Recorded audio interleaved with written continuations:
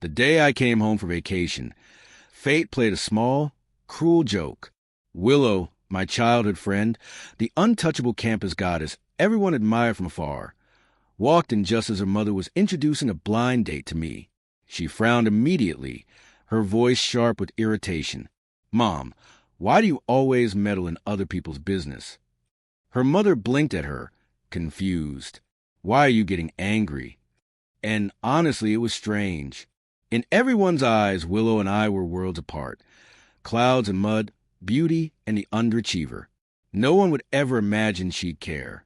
No one knew the truth we buried years ago. Our secret, messy, 3-year bed partner arrangement that ended with her sliding on her stockings and saying, almost casually, "Better we end early.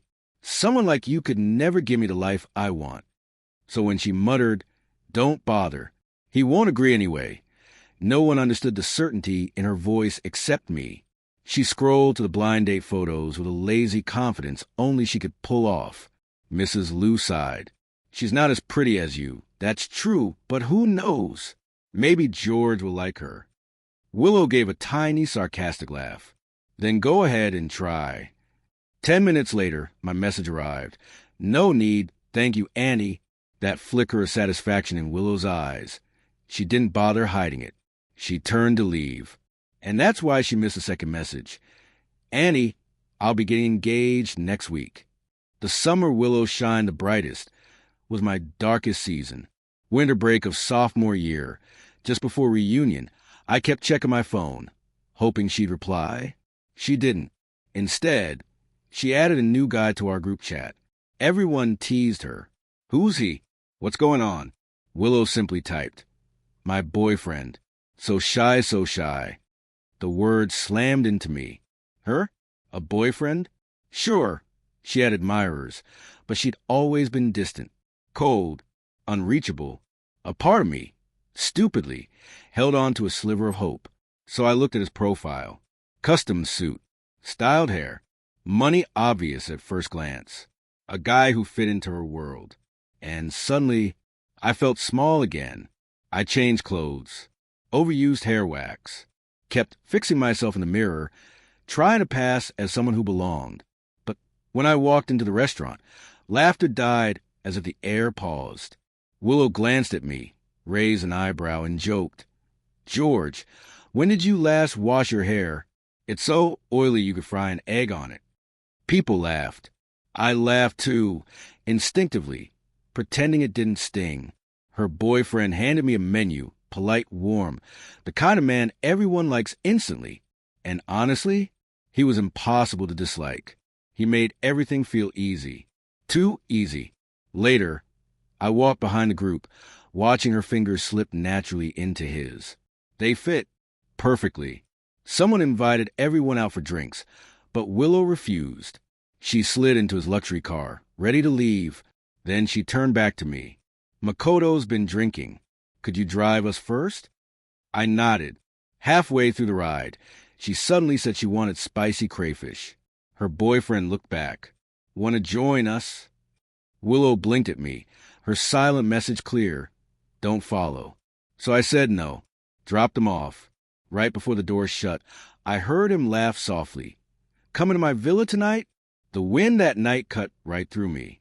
I just stood there, remembering the high school mornings when she waited under my building for a ride on my bike. I used to imagine driving her someday. Wonder how she'd feel sitting in my car. Now I knew. People said they broke up after 2 weeks. But by then, she and I barely spoke. I'd buried myself in exams, research, papers. Anything to escape the version of myself who once orbited around her.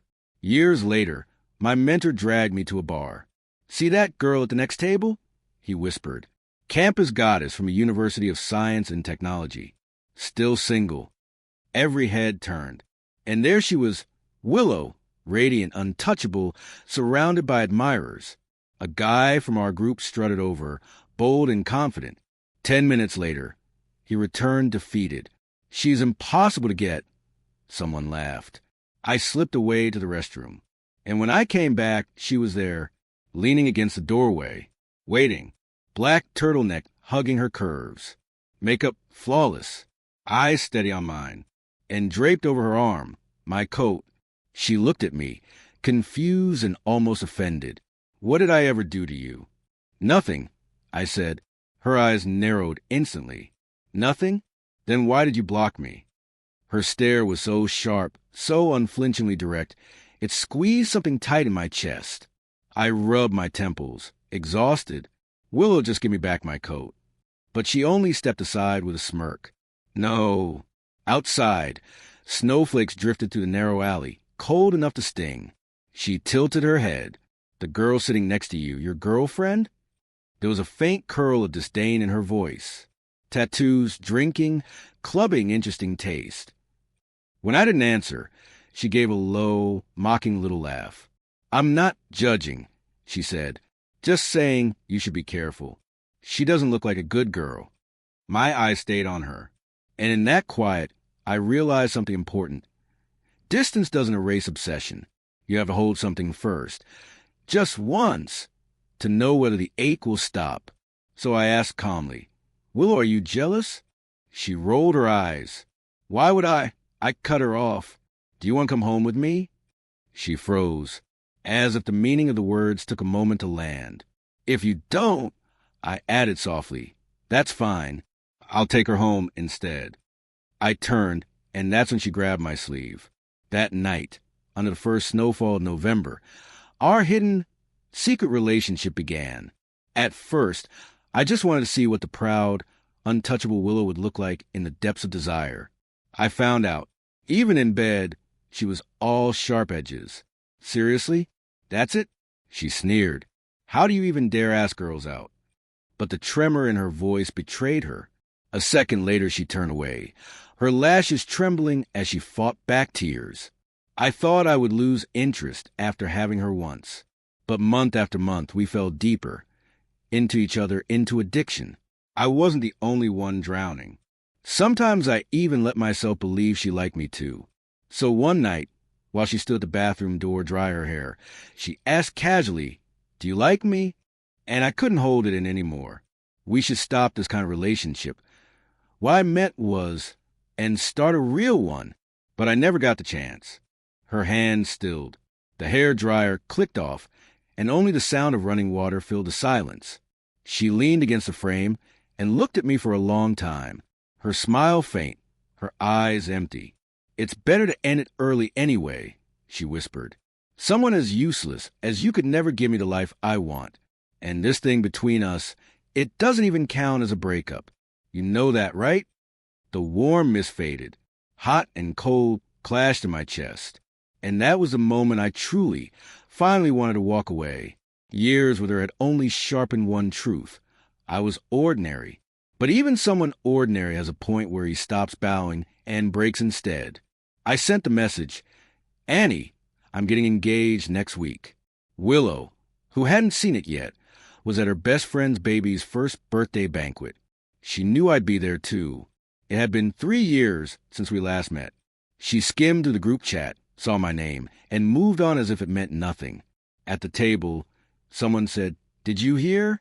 Anna's getting engaged. No way, someone else replied. She's been single forever. How'd she suddenly find a boyfriend? They met on a blind date.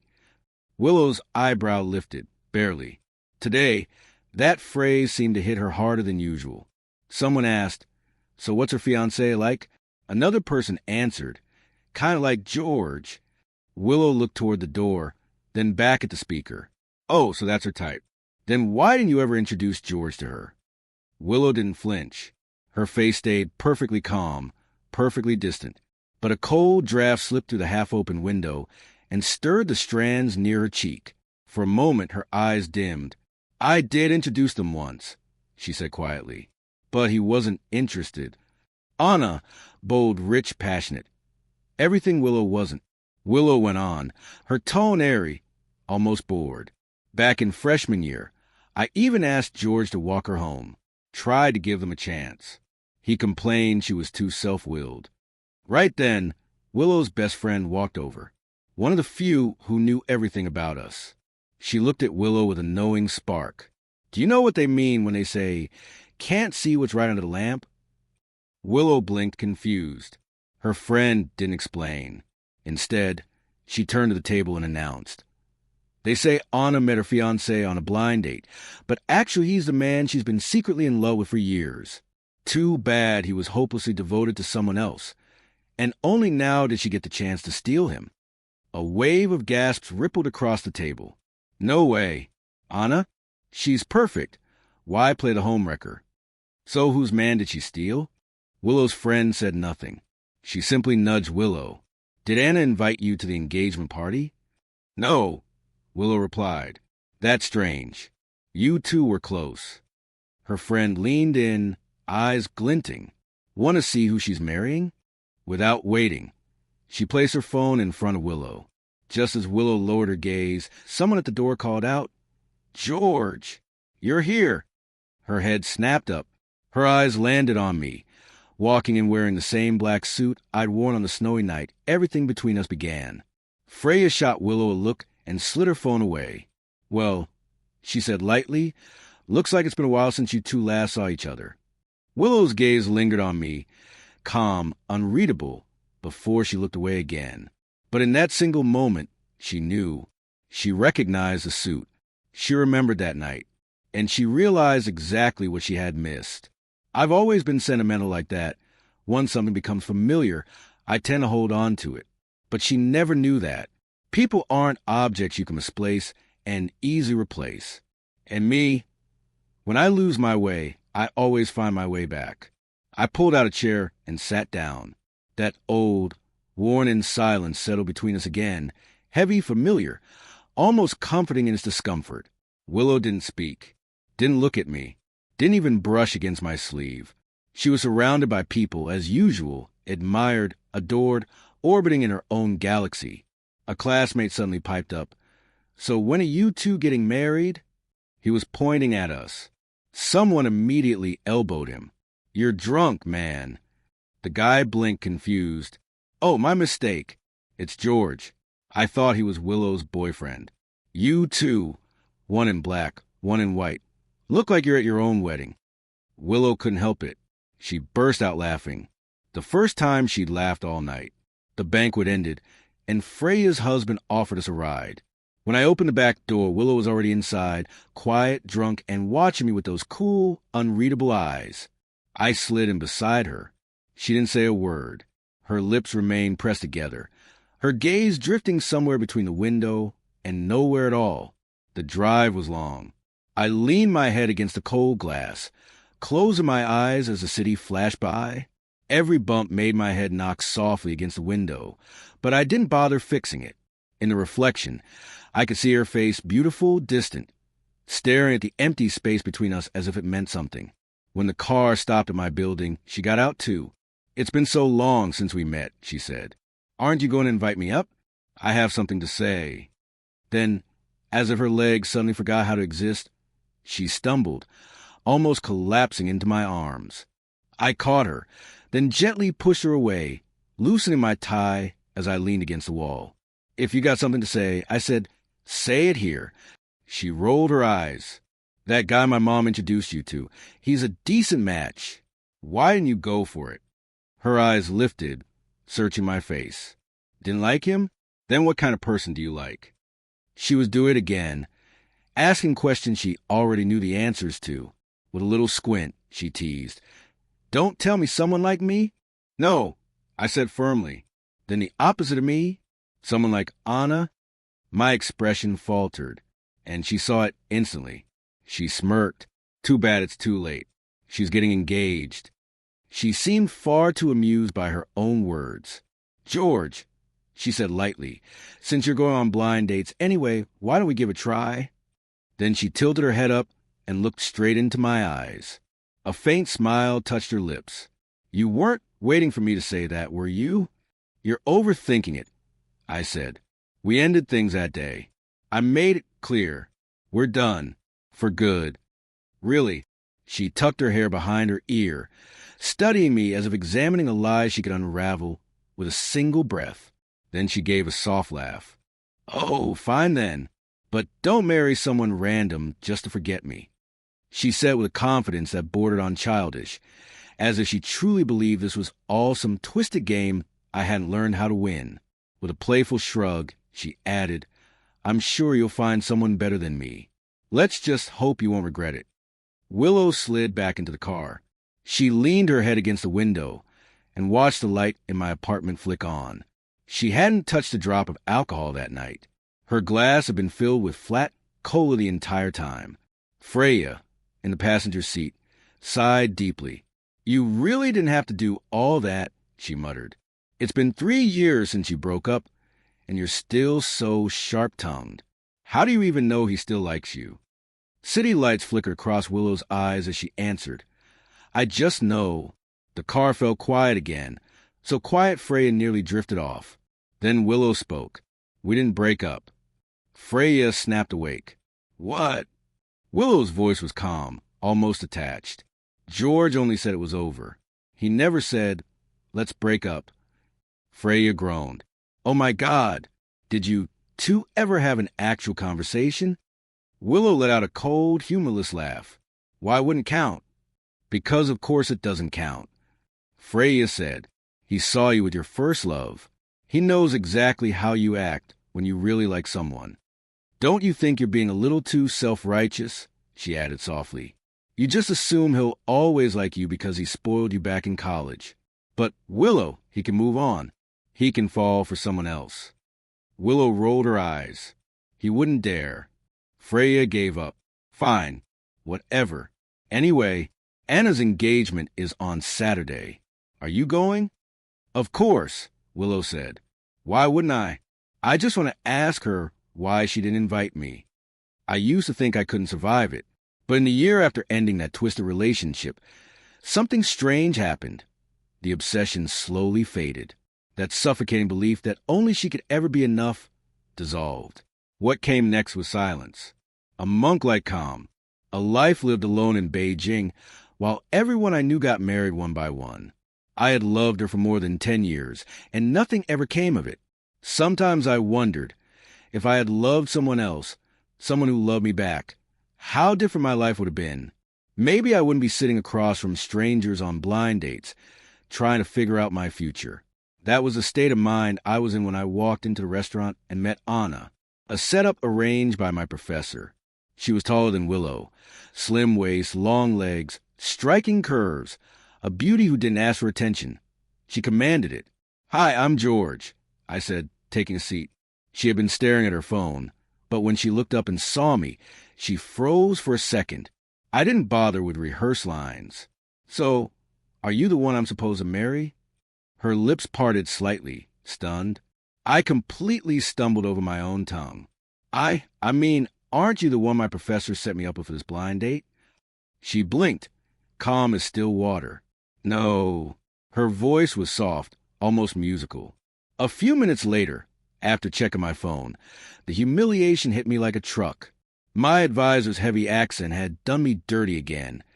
Table 10 had somehow turned into Table 4. I could have dug myself a 3-bedroom house with the depth of that embarrassment. I'm so sorry, I blurted, jumping to my feet, only to find her watching me with a quiet, amused smile. 6 years ago, you picked the wrong girlfriend, she said. 6 years later, you picked the wrong future wife. She tilted her head. George, your eyesight really hasn't improved. Willow always believed I met Anna because of her, but that wasn't true. I hadn't crossed paths with Anna many times, but the times I did stayed etched in me. The first was after school, back in our second year of high school. I had been waiting by my bike for Willow, like always. She finally came out and said, Don't wait for me. It's not like we have to go home together. She hated when people misunderstood us. Normally, those words would have landed like a stone in my chest. But that day I stayed quiet. What's wrong? She demanded. I tried to tell her, someone from your class, but she cut me off. You mean that boy who confessed? He's from the next class. I already turned him down, okay? Then she snapped. Who do you think you are anyway? My parents asked you to look after me out of politeness, and you actually took it seriously? I said nothing, just turned away, then paused. Up on the second-floor corridor, drenched in sunset, stood a girl, watching me. Anna, what I want to tell Willow was this. While I was waiting, Anna had walked up to me and whispered, "Don't like her anymore. Like me instead." Her eyes had held a sadness I didn't know how to respond to.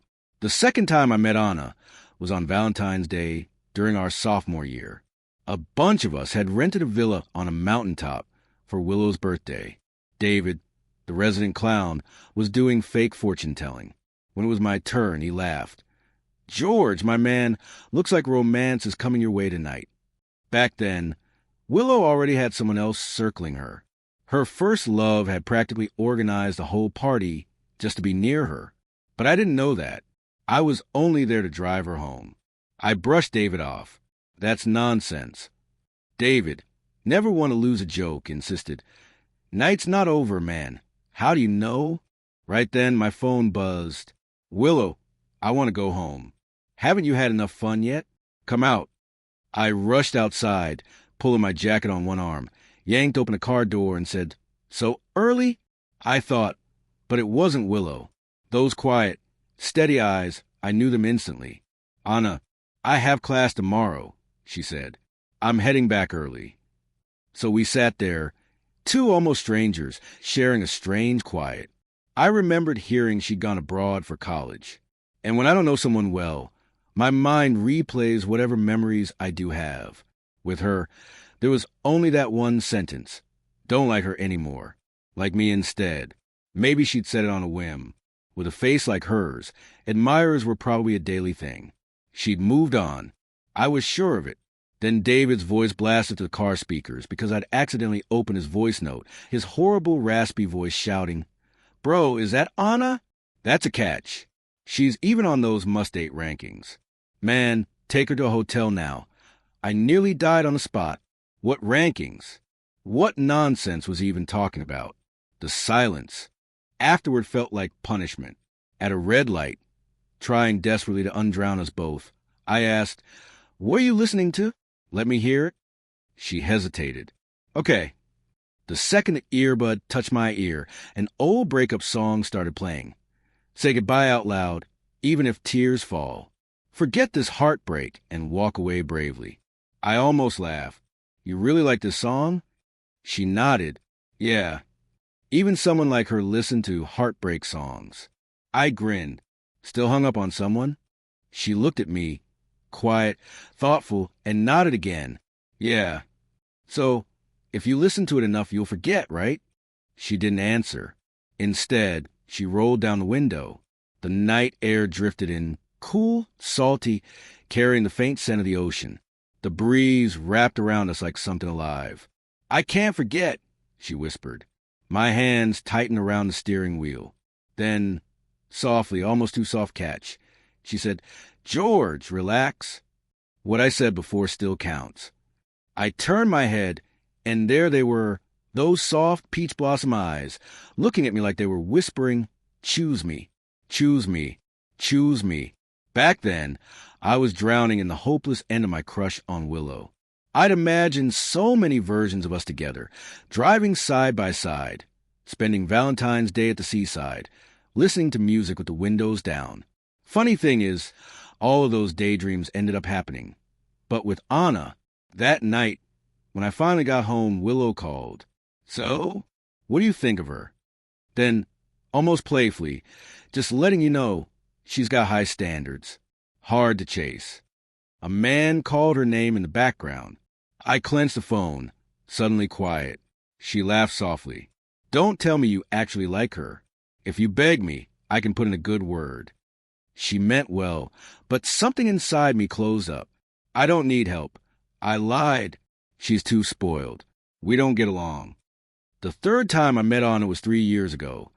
The day Willow and I finally snapped whatever thin thread still tied us together. Willow and Freya had gone drinking. Anna was there too. "Willow, are you heartbroken?" Freya asked, trying to stop her from downing another drink. "Who hurt our Willow?" "No one," Willow muttered.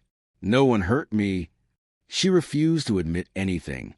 Everyone else was stunned, not out of sympathy, but disbelief. Willow had always been the one walking away, never the one left behind. Maybe it was about time she learned what it felt like. Only Anna stayed close to her. whispering softly, comforting her with such gentle patience. Two beautiful girls, sitting shoulder to shoulder, one teary, one tender. No wonder half the bar couldn't look away. Then Anna suddenly wrapped her arms around Willow, hiding her own face as she whispered, "It's such a pity. People sighed around them. That's real friendship. Girls like that, they're lucky to have each other." Later, Anna took Willow home. She put her to bed, made her hangover soup, turned her phone off. Willow slept like a child. Only then did Anna step outside. She leaned against the hallway wall, slid in her earphones, and played that same old song, the one about loving bravely and leaving bravely. She listened for a long time. Then she looked into her compact mirror. Sadness flickered through her eyes, followed by something sharper, something triumphant. She smiled. She couldn't help it. She ordered a cab and rode through a quiet, steel blue Beijing just before dawn. She came straight to my apartment and knocked. "My best friend just broke up," she said. We both knew she meant Willow. I thought she came to accuse me. "So?" I asked cautiously, but instead she whispered, "I feel awful. Comfort me." Her eyes were red, like she'd been crying for hours. I panicked. "Don't be sad." I said quickly, "It's not because of you. I just don't love her anymore." "Hey, please don't cry."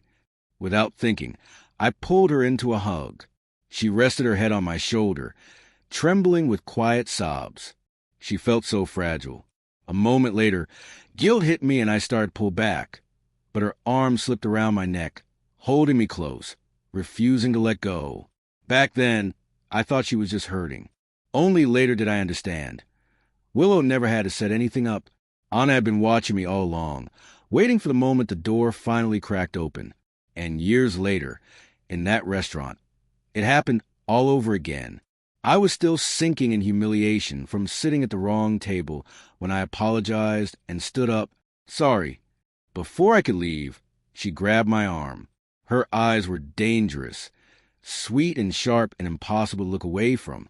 "You can marry me," she said softly, "but I don't want a marriage built on polite distance and careful manners. I want us to be completely, hopelessly in love. George, can you do that?" I don't know why, but I couldn't bear the thought of her being sad again. It felt like walking through a desert for years, then suddenly stumbling into an ocean. I said, "Okay." She heard me, but froze, staring like she didn't dare breathe. I was the one who had to break the spell. "Do you have your ID with you?" She nodded. I hadn't brought mine, so we went to my place.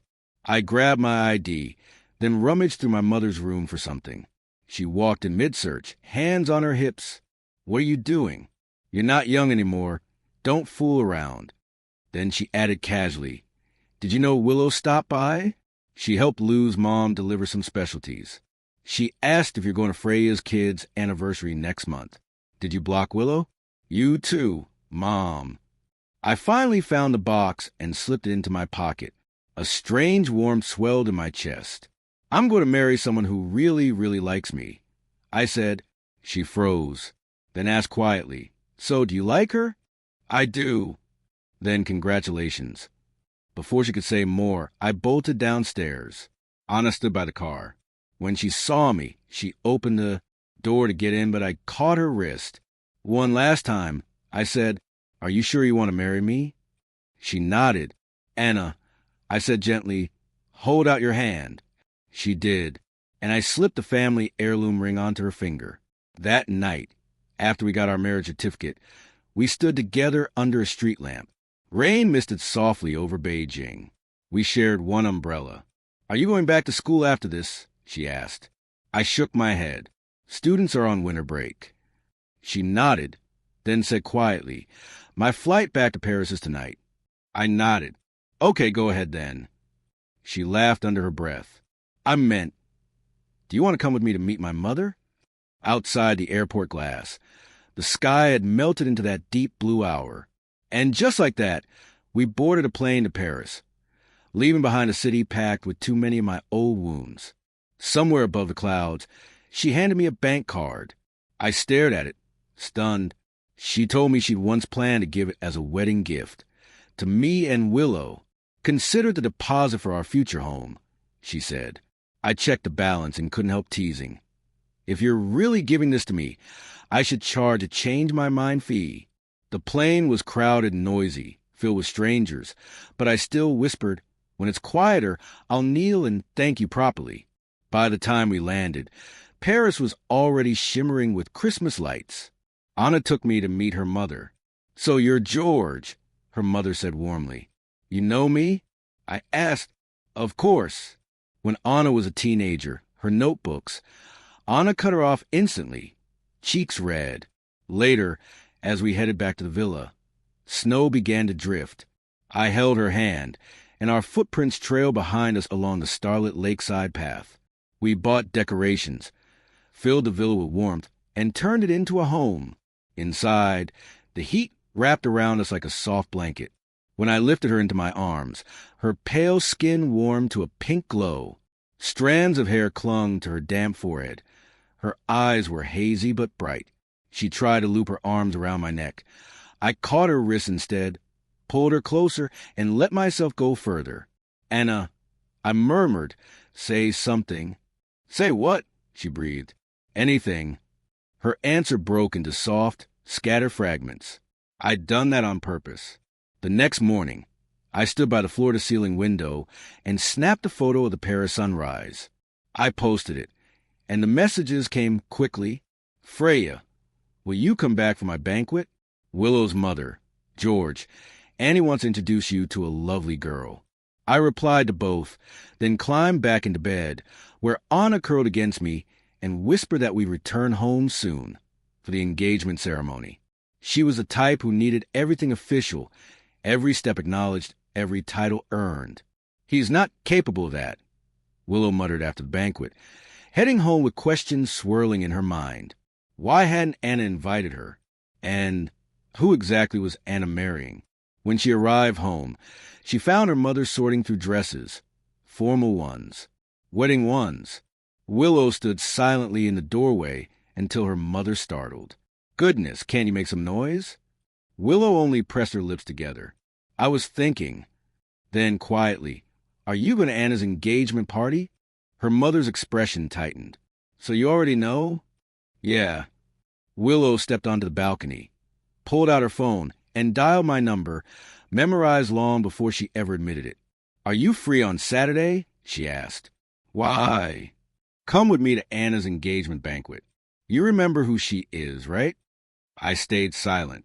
She waited patiently for once, until another voice spoke beside me. Anna's. Sorry, she said lightly. That won't work. He doesn't need to prepare any wedding gift money. Willow's voice trembled. Why? Maybe she meant why Anna was answering. Maybe she meant why I didn't need to give anything. Anna answered for me. Willow, why would my husband need to give a wedding gift to anyone? Silence filled the line, only breathing. Then Willow whispered, steady but hollow, Give the phone back to George. When were you going to tell me? She asked. I wasn't, I answered honestly. We were never really anything. You know that. She gave a small, brittle laugh, like winter wind slipping under a door. You should have said so earlier, she murmured. What were you so afraid of? A moment later, softer still, I hope you meet someone better than me, as long as you really love her. Before the engagement, Anna visited my parents. My mom smiled and said, Aunt Lou is George's godmother. She's treated him like her own since he was little. After dinner, she encouraged us to visit Aunt Lou as well. Aunt Lou welcomed us warmly, talking to Anna with bright, affectionate energy. Outside the courtyard, the small pinwheel Willow and I once made as children still hung from an old tree branch, faded but still spinning in the winter breeze. When I turned back, I met Willow's eyes. She stood on the staircase in slippers, descending slowly, as if pulled by something she didn't want to face. She hadn't visited home in years. So why now? Aunt Lou laughed. So you two are having a flash marriage? Not really, Anna answered. We've known each other a long time. I introduced them, Willow said softly, slipping into the conversation with a voice barely above a whisper. And then Willow said it, softly, almost like she was laughing at herself. In the end, they got together, and I was the last one to know. She gave Anna a faint smile. Pretty shameless, huh? Aunt Lou didn't hear the sting beneath her words. She simply laughed and wrapped an arm around her daughter. That's a good thing. It makes you their matchmaker. I stepped in gently. Actually, not exactly. I explained. Anna and I met in high school, sophomore year. Willow rolled her eyes as she sat across from me. Yeah, right. What did she have to do with anything back then? Anna turned to Aunt Lou with a calm voice. He didn't like me at the time. Willow looked straight at me when she asked Anna, "And you're sure he likes you now?" The question wasn't meant for Anna at all. The table fell into a soft, heavy silence. Aunt Lou broke it with a cheerful laugh. They're getting married soon. Of course he likes her. She brushed it off and moved on, chatting with Anna about dresses and banquet plans. I glanced at Anna. Her expression was cool, but I could feel the tension humming under her skin, under the table. She reached out and tapped my fingertip once, a quiet call for reassurance. I tried to catch her hand, but missed. She wiggled her fingers playfully, as if to say, try again. When she reached out a second time, I caught her hand fully, our fingers locking together. She smiled, small and real. I smiled back, and then I saw Willow watching. She'd seen everything. Willow stood among friends in the reception hall, staring at the photo of Anna and me displayed on the welcome board. Two people smiling like the rest of the world had never hurt them. Guests signed in one after another. When the pen was handed to her, Willow held it, but her name wouldn't come. It didn't belong on this list. Not today. Not anymore. She gave the pen back without writing a thing. "I told you," Freya said, signing her own name quickly. "Even George is getting married now. He's somebody else's husband." She watched Willow closely, waiting for something to crack. But Willow only whispered, almost dreamlike, "Do you think George will kiss her?" Freya blinked, startled by the question. "They're married, what do you think?" But halfway through saying it, she stopped, because suddenly it sounded cruel. Willow's face had drained of color. Last night, Willow had repeated to herself over and over, "Only a crazy person loses control at someone else's engagement party." And she refused to be that crazy person. She stepped into the banquet hall and stood by the door. Anna appeared in a white, elegant chipao, glowing, flawless. Someone raised a glass to her, and I stepped forward, shielding her out of instinct. "Such a beautiful bride," someone said. "George, you're a lucky man." Anna looped her arm through mine and smiled up at me, calm and radiant. A nearby guest nudged Willow. "See? Mutual love, right, Willow?" But Willow didn't answer. Her eyes followed Anna as she headed toward the restroom, and memories rushed in fast. The teasing in school. The way we used to walk in black and white uniforms like a pair unknowingly marching into the future together. Snow falling. My hand brushing her hair. Moments no one else knew about. Now she stood there in an off-white dress. Yet no one said a word about her. No one looked twice. Everyone saw only Anna. The ache rose too fast for her to stop. She wiped her eyes quickly and walked, too quickly, straight toward Anna. By the time she reached her, Willow's hand was already swinging. A tiny voice in her head whispered, I must be out of my mind. But nothing mattered anymore. Everything she'd held on to had already slipped away. Anna took the first slap without moving. She understood Willow, her pride, her silence, her stubborn way of loving without ever holding on. Anna had always known that pain. She had once lived in it too. She couldn't help it. She laughed. Willow's second slap came fast, but this time Anna stepped back lightly. "Oh, no," she said, almost teasing. "What can you do?" "He's my husband now." Willow's fury sharpened like a blade. "Homewrecker." "Shut up." Anna lifted her chin. "And so what if I am?" Her voice was icy, steady. The one who isn't loved is the real outsider. The final slap cracked to the corridor, and this time Anna struck back. A thin line of blood appeared at the corner of Willow's mouth. By the time I heard the commotion and ran over, it was already ending. Willow stepped out toward me, wiping her lips, forcing a fragile smile. "It's nothing," she whispered. Just a bit of blood, George. Don't worry. She thought I was worried about her. But I slapped her, hard. How dare you hit my wife? I shouted, Are you out of your mind? She froze, holding her cheek, eyes wide. You're protecting her? Not me? Who else would I protect? I snapped, She's my wife. Who are you? Shock flashed across Willow's face, followed by something colder, something breaking deep inside her. She was shaking so hard she could barely stand, let alone speak. I turned to walk away, but she caught the edge of my sleeve like it was the last thing keeping her upright. Her voice cracked. You don't want me anymore? I'm married, I said quietly, almost tired. What do you think? We never broke up, she whispered, choking on every word. I pressed my fingers to my brow. You're the one who said that, Willow. I answered slowly. Then, gently but firmly, I peeled her hand off mine, one trembling finger at a time. We were never really together, I said. There was nothing to break up. She stood frozen, watching me walk away, the same way I had once watched her back retreat again and again, each time feeling something inside me fall apart. Out on the veranda, I saw Freya beside Anna, speaking in a low voice. Honestly, Freya said, I've watched this play out for years. You know how much George loved Willow. Are you sure he'll ever love you the same way? Anna blinked, then gave a small, soft smile, one that held no illusions.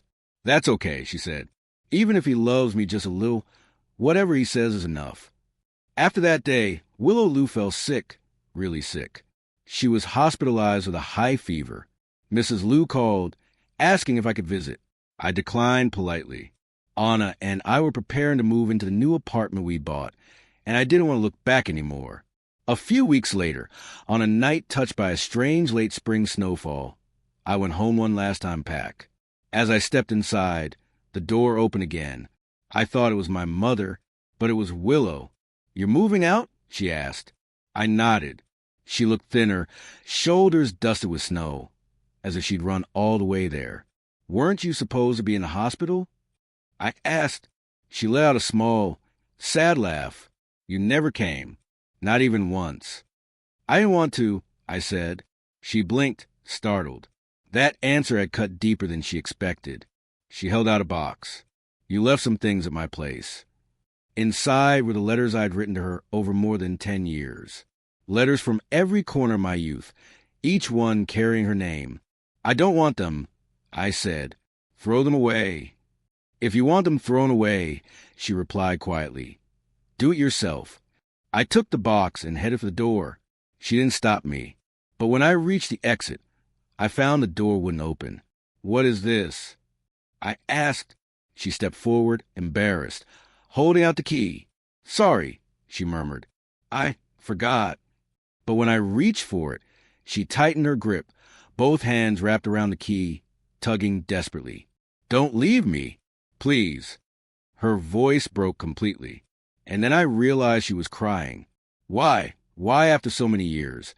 Could I say I didn't love her anymore? Why did I turn away this time, when before I had always turned back?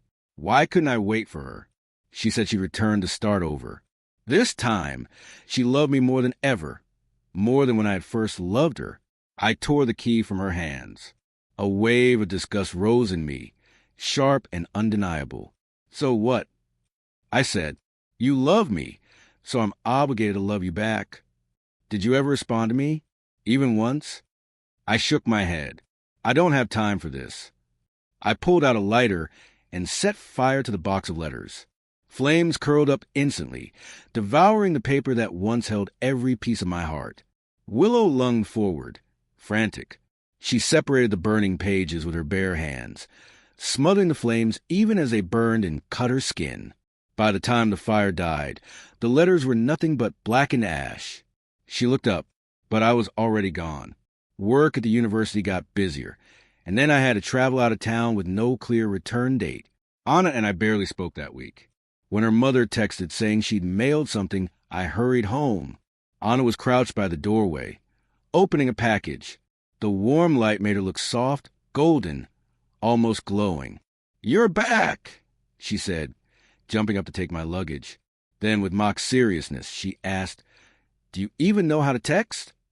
"What?" I blinked. "Do you even know how to use your phone?" she pressed. "Of course I do." She held out her hand. "Then give it to me." I handed her my phone. She didn't let go of my hand. She opened WeChat, tapped on her profile picture, and typed in my chat box, "Wife, I miss you so much." I was going to say that this week. I began, but she threw her arms around me before I could finish. Her scent brushed past me. "Sweet, familiar. I don't want to hear about work," she murmured. "You miss me?" I did. I whispered. She smiled, soft, warm, eyes shimmering like early spring water. "Good," she said. "Then next time, text me exactly like that." She rose onto her toes and kissed me. Later that night, while I took a work meeting with headphones on, she lowered the volume of her drama so she wouldn't disturb me. When it ended, she brought me honey water. "You look spaced out," she said. "Was it tough?" I was just distracted. "By what?" I pulled her into my lap. "I've been thinking all night. Where should we go for our honeymoon?" She laughed, nudging me away. "Be serious." She wanted to make noodles. While she cooked, I finally opened the rest of the package her mother sent. Inside was a small tin box, slightly rusted. A notebook lay inside, and an empty pilot pen. They were gathered around my desk that afternoon, chatting excitedly about a ridiculous trend going around school. If you kept writing the name of the person you loved with the same pen until the ink finally ran dry, your wish would come true. I scoffed at it. It felt like one of those cheap myths, like a knockoff love spell you find in a kid's magazine. Writing someone's name wasn't going to make them fall in love. If it really worked, I'd write the name of a millionaire every day and call it fate. Anna heard every word. That evening, she went out and bought an entire box of pilot pens. And when she got home, she didn't even stop to think. She opened her notebook and began writing, one line after another. "I will forget George. I will forget George. I will forget George." She wrote until the first pen dried out. Then the next. Then the next. When the whole box ran out, she bought another one. And she kept going. From her second year of high school, all the way through her third. She didn't stop until the pages themselves began running out of space, until graduation came and went, until her entire notebook was filled with nothing but her struggle to erase me from her heart. Then she packed the notebook and the empty pens into a small metal tin. The lid rusted over the years. No one knew it existed, not until the day I opened it. The pages were thick with her handwriting, neat, steady, determined. Every stroke felt like a heartbeat she tried to silence. And when I flipped to the very end, where there was barely a corner white left, I saw a new line written much smaller, as if she didn't want the paper to hear her. "Forget it. It's impossible." Next to it was the date, Valentine's Day, sophomore year of college. The day she took a flight home just to see me. I sat there for a long time holding the pen she'd left inside the tin, a completely empty one. Then I took one of my own and wrote beneath her final words, "Happy wedding, Anna." For years, I kept asking myself the same question. Why couldn't I ever let go? Why did I hold on to something that never belonged to me? Eventually, I understood. It's because for so many years, the love I had never echoed back. It was like shouting into a canyon that never answered. But now, finally, I'd heard it. "Anna," I called out softly. She lifted her head. I smiled, a small, tired smile that felt like closing a book I carried too long. "You're so noisy." Noisy enough that the 17-year-old version of me, the boy who used to wait for a reply that never came, finally, at the end of his 20s, heard her voice at last.